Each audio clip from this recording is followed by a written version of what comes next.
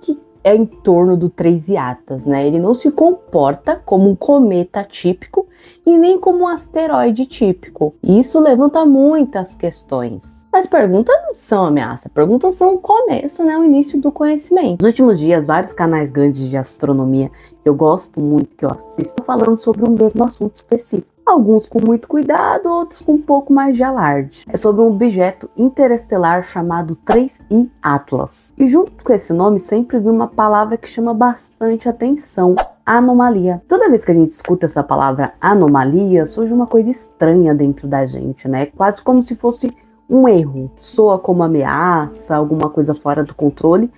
Mas às vezes não é bem assim. Então a ideia desse vídeo não é te assustar, é desacelerar. É olhar com calma, é olhar o que a gente sabe, o que a gente não sabe, entender por que esse 3I Atlas desperta tanta curiosidade. O que significa interestelar? Quando a gente fala, né, na palavra interestelar, parece algo distante, de ficção científica. Vocês lembram daquele filme do Christopher Nolan? Mas o significado dela é bem literal mesmo. É o que significa interestelar é algo que existe entre as estrelas. Algo que não nasceu no nosso sistema solar. Tudo que a gente conhece, né, por aqui, o Sol, os planetas, os cometas, tudo veio do mesmo sistema solar, a mesma nuvem de gás e poeira. Eles compartilham uma origem, uma história em comum. O objeto interestelar não compartilha essa história. Ele se formou em torno de outra estrela, um outro sistema completamente diferente do nosso, com condições diferentes, com matérias que podem não existir aqui. É como se o universo tivesse enviado uma pequena amostra de outro lugar, passando por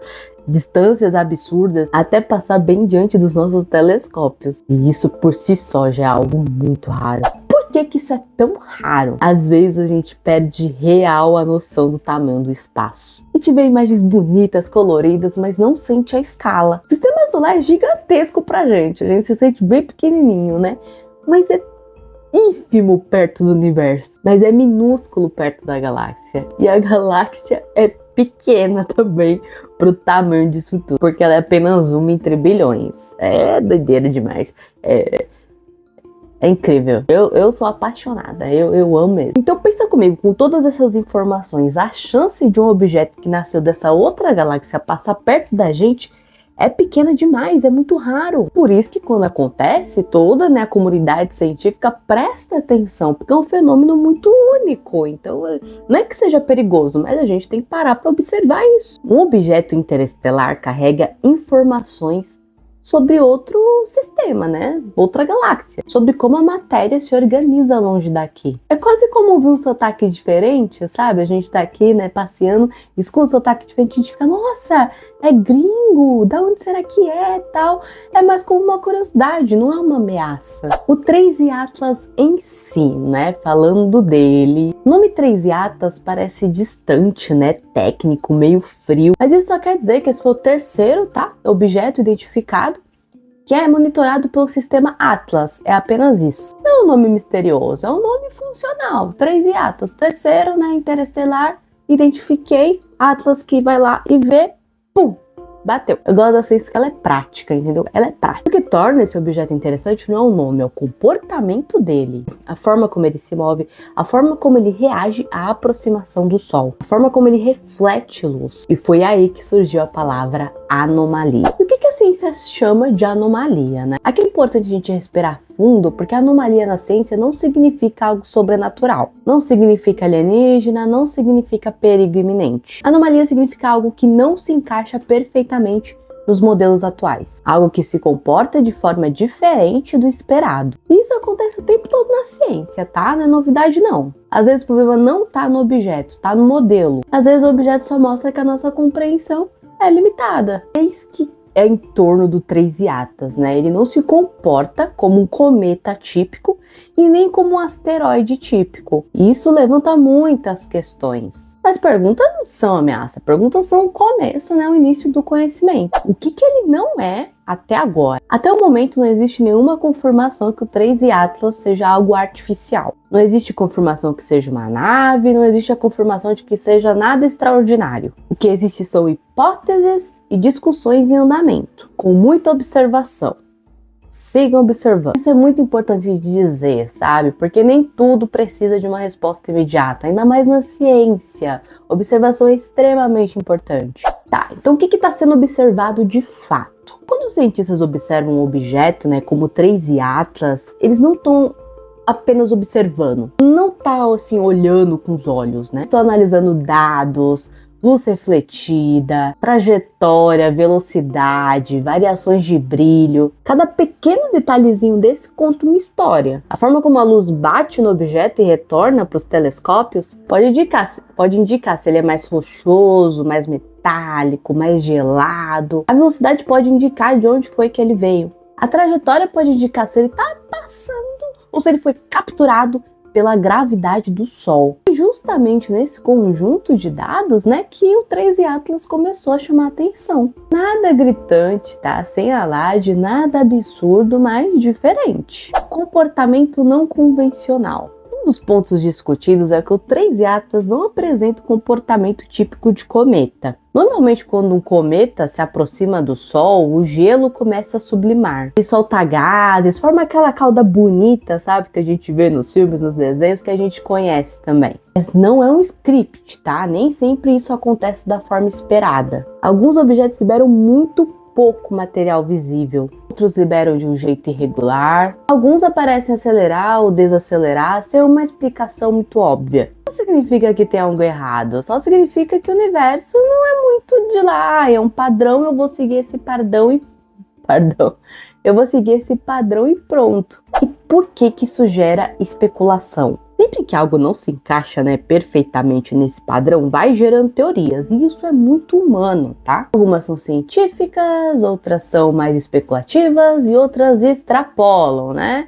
Já chega naquele absurdo. Mas aqui, na Borboleta Cósmica, é importante a gente separar curiosidade de conclusão. A ciência trabalha com possibilidades, não com certezas instantâneas. Testa hipóteses, descarta algumas, refina outras. O que você pode estar vendo em alguns lugares não é consenso científico, tá? É debate. Debate não é sinal de fraqueza, é sinal de ciência viva. Vamos voltar um pouquinho para o passado, porque o que já aconteceu antes, né? Esse não é o primeiro objeto interestelar que apareceu por aqui. 3I, né? 3. Só pelo Atlas, no caso. Outros já foram observados antes e já causaram estranhamento. Tiveram essa mesma coisa do 3I Atlas. Não estou entendendo, não está dentro do mesmo padrão. Mas depois foi feita uma pesquisa refinada com hipóteses, teorias e tacar lá física, né? Mais física para poder entender aquele objeto. Então foi aplicado com física conhecida, só que em contextos novos. Isso é importante da gente lembrar e frisar, porque o estranho de hoje, né, pode ser o normal de amanhã. Stephanie, mas o que é que está sendo feito agora? Quando você está assistindo esse vídeo, o 3I Atlas continua sendo observado. Novos dados estão sendo coletados, novas análises estão sendo feitas. A ciência não para, meu amigo, não para. Talvez daqui a alguns meses a gente tenha respostas mais claras ou talvez mais perguntas, mais dúvidas ainda. E tá tudo bem, galera. Tá tudo bem. E por que isso vira notícia?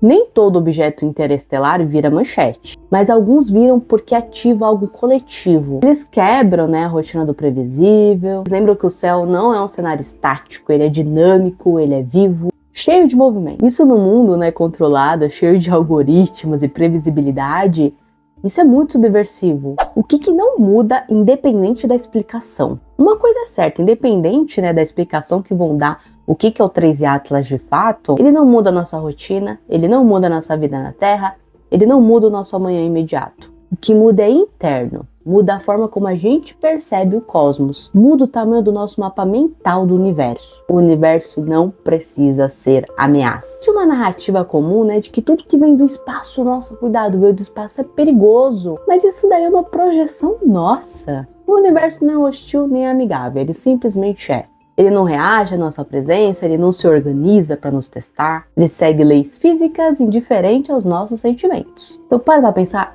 o quanto isso é libertador, a beleza de não ser o centro. Talvez uma das lições mais difíceis e mais bonitas da astronomia é que a gente não é o centro do universo. Isso não diminui a gente, isso tira um peso enorme das nossas costas. A vida não precisa ter um significado cósmico, grandioso, ela só precisa existir.